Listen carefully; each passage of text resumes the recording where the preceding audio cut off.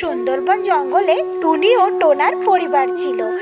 একদিন টুনি ও টোনা দুজনে বিয়ে করে নেয়, কিন্তু টোনার থেকে টুনি ছিল খুবই পেটে। সেই জন্য জঙ্গলে সব পাখিরা টুনিকে দেখে খুব হাসাহাসি করত। একদিন টুনির শাশুড়ি টুনিকে বলে, হ্যাঁ বৌমা, তুমি যা পেটে, তোমার জন্য একটা রান্নাঘরের টেবিলের ব্যবস্থা করতে হবে। আপনি কেন এরকম বলছেন? আমি যদি হিল জুতো পরি আপনার সমানই হয়ে যাব। আরে তোমার বাবা মোটা টাকার লোভ দেখালো, তাই তো তোমাকে বৌমা করলাম, না হলে অত লম্বা লম্বা মেয়ে দাঁড়িয়েছিল লাইনে, পুরো ওর সামনে ঋতুপর্ণাও হার মানতো। তোমাকে কি আর বলবো, তুমি তো তার কাছে কিছুই নয়।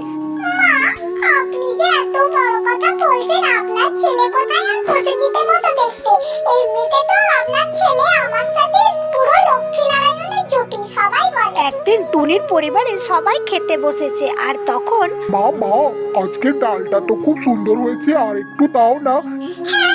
তুমি দাঁড়াও, আমি যাচ্ছি। আমি তো এমনি দাঁড়িয়ে আছি, তোমাকে এনে দিই। তখন শাশুড়ি হেসে বলে, বৌমা তুমি তো এমনি দাঁড়িয়ে থাকো বসে থাকো, দুটোই সমান, তোমাকে আনতে হবে না।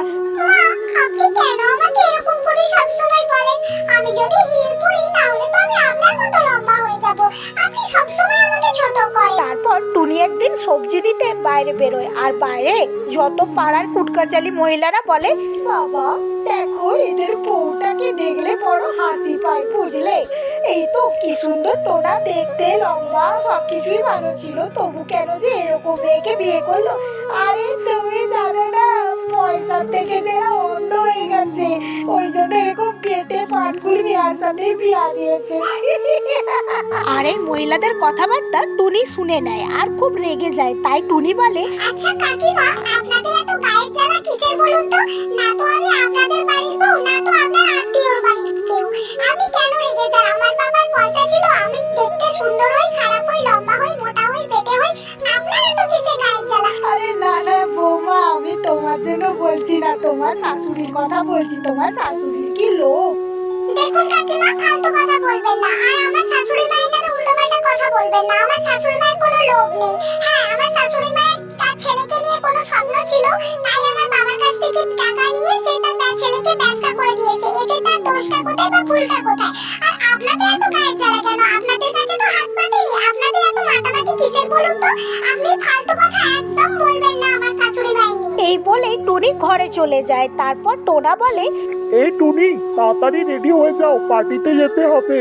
তারপরে তারা দুজনে মিলে পার্টিতে যায়। আর পার্টিতে টোনার বন্ধু বান্ধবরা দেখে বলে, আরে টোনা, তোর তো ভাগ্যটা খুবই ভালো রে, তোকে আর ঘুরে বাচ্চা নিতে হবে না। তোর বউ তো পুরো ছোট বাচ্চার মতো, তুই তোর বউকে দেখেই বাচ্চার আশা ভুলে যাবি। বাবা, আমার যদি আবার এরকম দেখে বিয়ে দেয়, আমি তো ভুলেও বিয়ে করব না। এরকম মেয়েকে নিয়ে কি রাস্তায় বেরোনো যায় নাকি? আর তারা সবাই মিলে টুনিকে নিয়ে খুব হাসাহাসি করে। আর এমনই সময় মেন দরজায় আগুন লেগে যায়। তখন সবাই ভয়ে চিৎকার করে, ও বাবা, আগুন আগুন, পালাও পালাও, কি করে পালাবো, বাঁচাও বাঁচাও।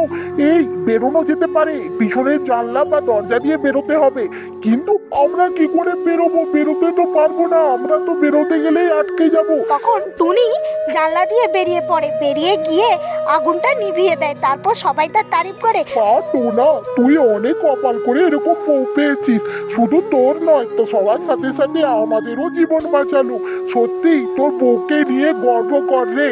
হ্যাঁ হ্যাঁ, আমি জানি আমার বউকে নিয়ে আমি গর্ব করি। আমার বউ পেটে হলেও আমার বউ অনেক কাজে। আর এই কথা শুনে টুনি তার বরের মুখের দিকে তাকিয়ে হাসে। আর তারপর তারা দুজনে বাড়ি ফিরে যায়। আর কিছুদিন পর টুনি তার শাশুড়ির সাথে বাজারে যায়। তারপর একটি কাপড়ের দোকানে গিয়ে বলে, ও দাদা, এই শাড়িটার দাম কত গো? এই শাড়িটা তো এমনিতে অনেক টাকা দাম, কিন্তু এটা মাত্র 2 মিটার আছে। তোমার কি কাজে লাগবে? যদি লাগে তুমি নাও, আমাকে 70টা টাকা দাও। আরে দাদা, আমি এই 2 মিটার কাপড় নিয়ে কি করব? এ তো আমার কোনো কাজেও লাগবে না, তাহলে নেবো না। ও মা, তাহলে এটা আমি নিই। দাদা, আপনি এটা আমাকে দিয়ে দিন। টুনি পরের দিন সেই কাপড়টা দিয়ে একটি জামা বানিয়ে পরে আসে। আরে টুনি, এই কাপড়টা তুমি কোথায় পেলে? এটা তো অনেক দামি কাপড়, খুব সুন্দর লাগছে। আরে বাবু, এই কাপড়টা আমি দেখেছিলাম, কিন্তু কি করব, সাইজে বাঁধেনি, ওই জন্য নিতে পারিনি। মা, দেখো, মাত্র 200 টাকা দিয়ে আমি বানিয়ে নিলাম।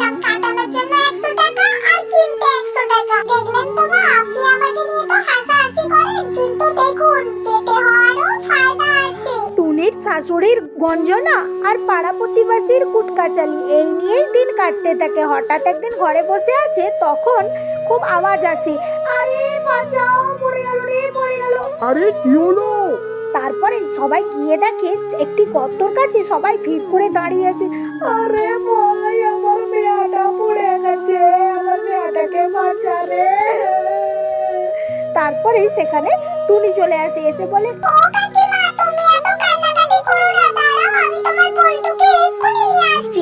তারপরেই সেই বেঠে টুনি চলে যায় গর্তে, গিয়ে টুনটুনি বল্টুকে নিয়ে আসে। নিয়ে আসার পর জঙ্গলে সবাই খুব হাতের তালি মারে। আরে টোনার বউ, তোমাকে নিয়ে কত গন্না গন্না কথা বলেছি, তুমি আমার ক্ষমা করে দিও, মনে কিছু করিও নি। না না কাকিমা, আপনার ছেলে ভালো আছে, এটাই তো বড় কথা। আরে বৌমা, তোমার জন্য তো গর্বে আমার ছাতি বড় হয়ে যাচ্ছে গো। বৌমা, তুমি পেটে বলে তোমাকে আমি কত কথা শুনিয়েছি, কিন্তু তুমি আজকে আমার গর্ব। তুমি আজকে প্রমাণ করে দিলে যে পৃথিবীতে কালো, ফর্সা, লম্বা, বেঁটে বা মোটা ও রোগা কোনো কিছুরই দাম নয়, শুধু বুদ্ধি আর সততাই সব থেকে বড় কথা। তো বন্ধুরা, ভিডিওটি ভালো লাগলে চ্যানেলটি সাবস্ক্রাইব, একটা লাইক আর কমেন্ট করে বলবেন কেমন হয়েছে।